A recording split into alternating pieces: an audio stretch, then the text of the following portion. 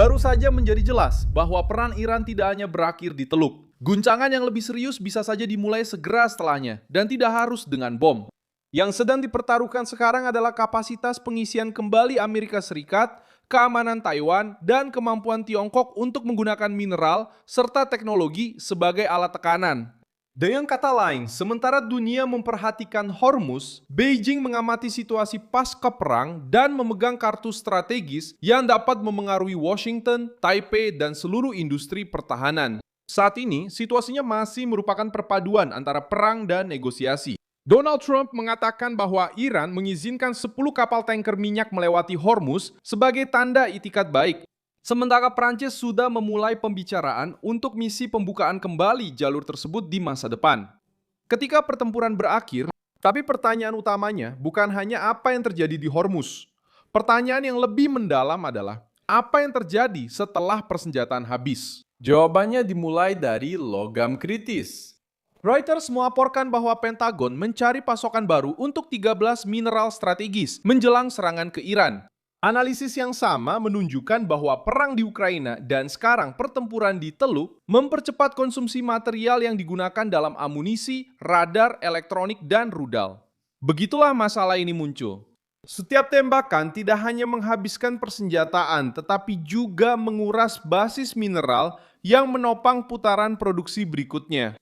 Disinilah Tiongkok masuk dengan kekuatan penuh. Beijing semakin memperketat kendali atas logam tanah jarang dan mineral strategis lainnya.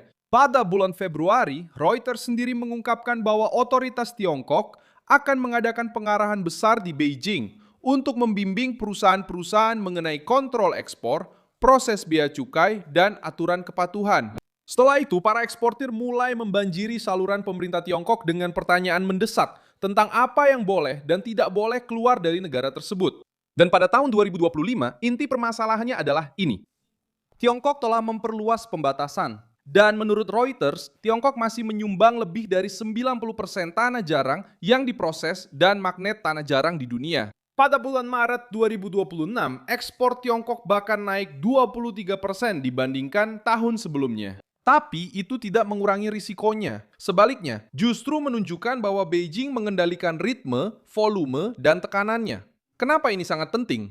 Karena logam tanah jarang bukanlah hal teknis yang sepele. Bahan ini digunakan dalam mesin, radar, pesawat, rudal, baterai, drone, dan sistem elektronik canggih. Jika Tiongkok memperketat izin, pengawasan, atau ekspor, mereka tidak hanya menghentikan satu pabrik saja.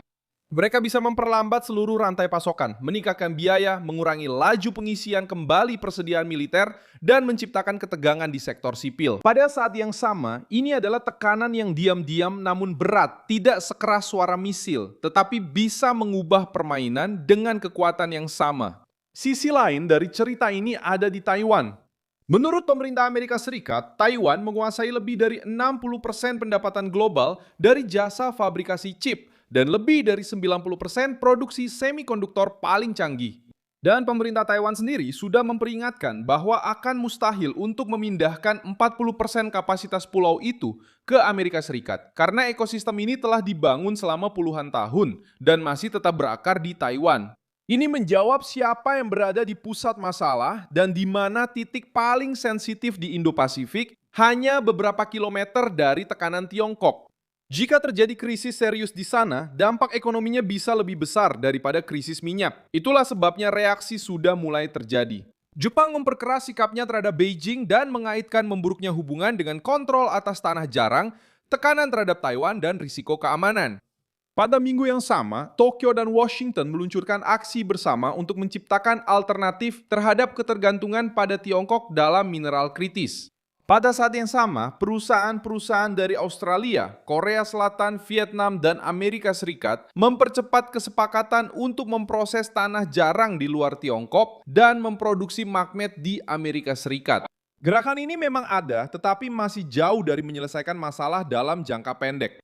Pada akhirnya kesimpulannya jelas. Siapa yang mengendalikan bahan baku, pemurnian, dan chip tidak hanya mengendalikan pasar, tetapi juga waktu, penggantian, harga, dan kekuatan politik.